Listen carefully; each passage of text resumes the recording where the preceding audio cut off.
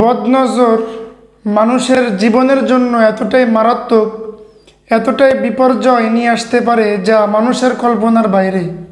এই বদনজর সম্পর্কে রাসূলুল্লাহ সাল্লাল্লাহু আলাইহি ওয়াসাল্লাম আমাদেরকে জানিয়েছেন এবং তিনি বলেছেন বদনজর সত্য।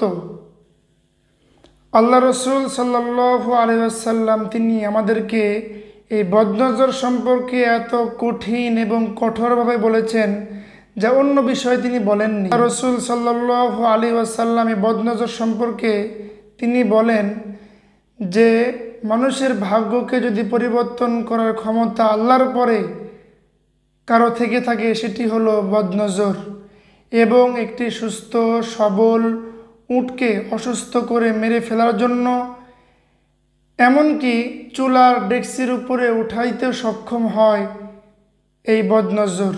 এই জন্য আমরা যখনই ভালো কাজ করব, ভালো কাজ করার শুরুতে এবং শেষে অবশ্যই বিসমিল্লাহ, আলহামদুলিল্লাহ, মাশাআল্লাহ, বারাকাল্লাহ, জাযাকাল্লাহ, এই যে দোয়াবাচক যে শব্দগুলো আমরা এগুলো বলবো, এর দ্বারাই আমরা বদনজর থেকে হেফাজত থাকতে পারবো ইনশাআল্লাহ। আল্লাহ পাক রব্বুল আলামিন আমাদের সকলকে এই বদনজর কেন্দ্রিক সমস্ত মুসিবত থেকে হেফাজত করুন। আল্লাহুম্মা আমিন।